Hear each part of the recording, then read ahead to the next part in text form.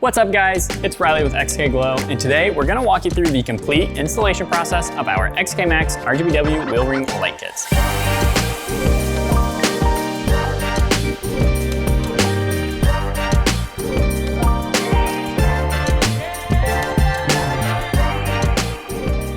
We currently sell two versions of these wheel rings, the single row XKmax wheel rings and the 3-row XKmax Ultra wheel rings.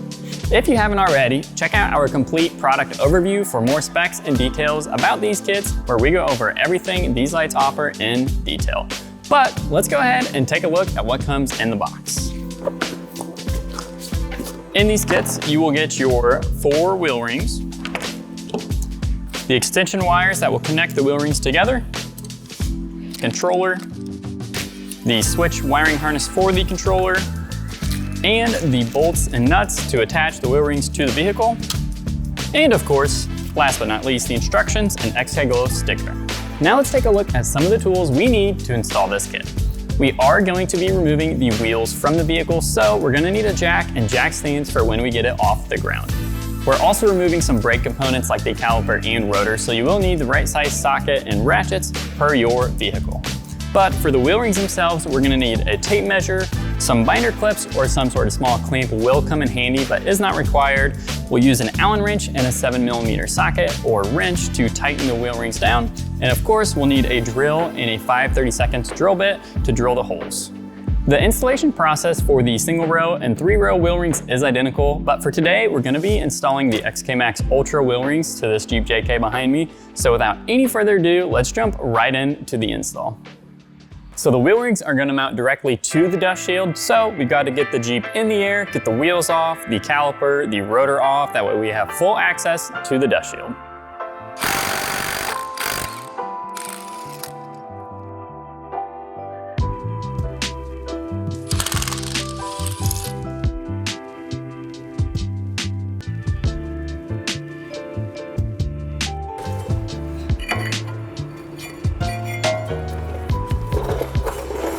Once we got everything off, we're going to throw the caliper back on, and this is gonna allow us to grab the wheel light and position all of the mounting arms around the caliper. That way we can have as many mounting points to the dust shield as possible.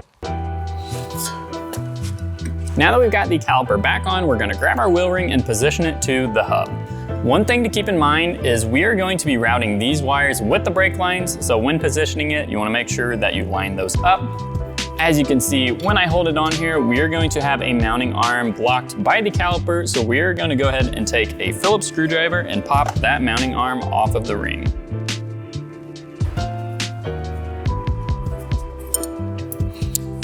Now, when we get this arm off, we can actually just set it to the side. You will not need it anymore since we have 4 other mounting arms on the wheel ring itself.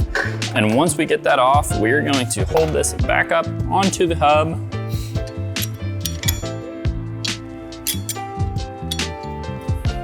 Making sure our wires are gonna be lined up with our brake lines, and as you can tell, we are going to need to trim these arms. Now, this is where you could take a tape measure, start measuring up, and we will go and trim each one of these arms. That way we can fit the wheel ring all the way back to the dust shield. The mounting arms are marked, so now it's time to cut them. These are aluminum, so you can use anything with a metal blade, sawzall, jigsaw. I'm gonna be using an angle grinder, so I'm gonna go ahead and get all 4 arms trimmed down. But safety comes first, put on your safety glasses.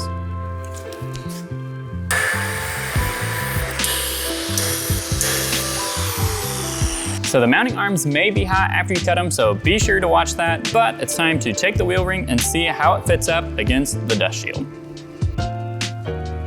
To get the wheel light in the perfect position to drill all of the holes, you're going to want to find some sort of clip or clamp. I've got just traditional old binder clamps, and this is just going to help me get the wheel light on the dust shield and hold it into place. So really, we just want these binder clamps to hold the wheel light on. Then we can take a tape measure and we'll measure from the inside out and just try to get this wheel light as centered as possible to the hub.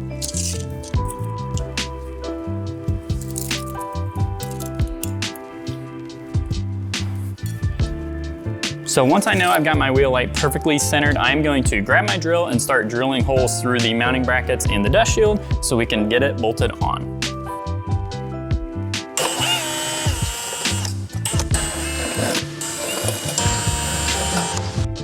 Now that we've got all of our holes drilled, we're going to take the wheel ring and the caliper back off. That way we can put the wheel ring on and get it fully mounted to the dust shield.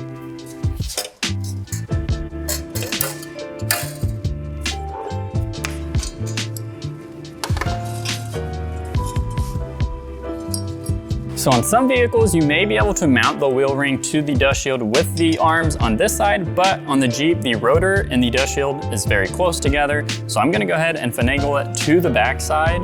That way there's no interference with the rotor. Once you have your holes lined up, we are ready to bolt the wheel ring on. It is very important to push the bolts through towards the inside of the Jeep. That way the bolt does not interfere with the rotor. Once you've got the bolt started, add the lock washer and the nut on the back side. We will be using an Allen wrench for the front and a 7mm socket for the nut.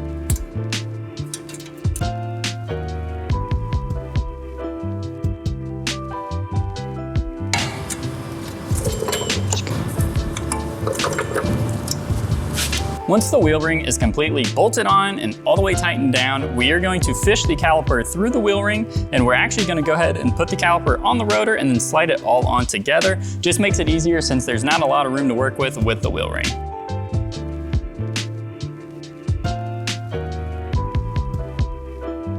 Now that I've got this wheel ring completely installed, I'm going to jump to the back. Some vehicles may have a different setup for the rear, but for this Jeep, it's exactly the same as the front. So I'm gonna do that and then jump over to the other side. One note when mounting these to the other side is if you want your chasing patterns to flow in the same direction, you will need to turn all of the mounting brackets 180 degrees. That way the wheel rings will be facing the exact same way and all of your chasing patterns will flow together. So I'm gonna go ahead and do all three sides and then we'll jump into the wiring.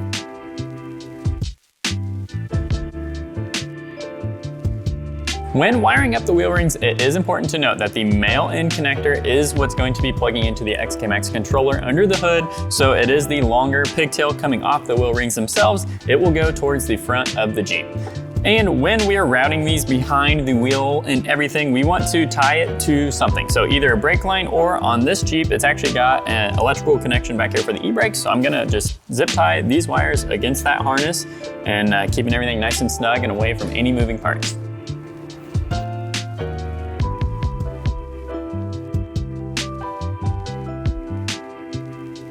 I'm gonna go ahead and start routing the input to the controller. So I'm gonna grab the 6-foot extension wire. I'm gonna drop that down to the wheel ring, plug it in, and then route this to where I'm mounting the controller, which is gonna be right over on top of the battery. Now, when I got this wire poking through, I'm gonna route it the same exact way as I routed the wire from the rear ring. That way I can zip tie those both up together to the brake line. Once I've got that connected, I'm gonna go ahead and start zip tying all of this wire up to the brake line, making sure it is super secure and away from any moving parts. Then we'll connect the wheel rings to the controller.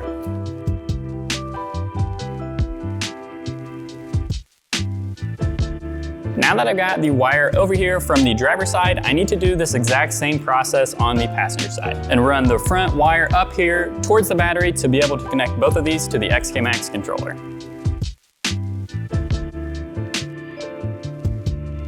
So now that we've got all of the wiring up here close to the battery, it's time to start connecting the XKmax controller. I'm going to connect the passenger side to channels A and B and the driver sides to C and D. Then I will connect the DC plug to the switch harness. Once all of that's connected, you can power on your switch, or in this case, I'm going to power on the channel on XK command, and you will see the controller will start lighting up green. That means it is ready to be paired, so I will open the XKmax app, hit the hamburger menu in the top right corner, and look for the new device. Now I'll hold it close to the controller. Whenever that XK logo turns blue, that means that the phone is paired to it. You will understand the legal notice, and now we have full control of our XKmax wheel rings in the XKmax app. We will test through the functions, make sure everything is working properly, then we will start throwing the wheels and tires back on. So to test these wheel rings, I'm going to run through all of the colors and making sure I hit pure white just to be sure no wires got pinched. I'll even run through some of the themes just to make sure everything is working properly before throwing the wheels back on.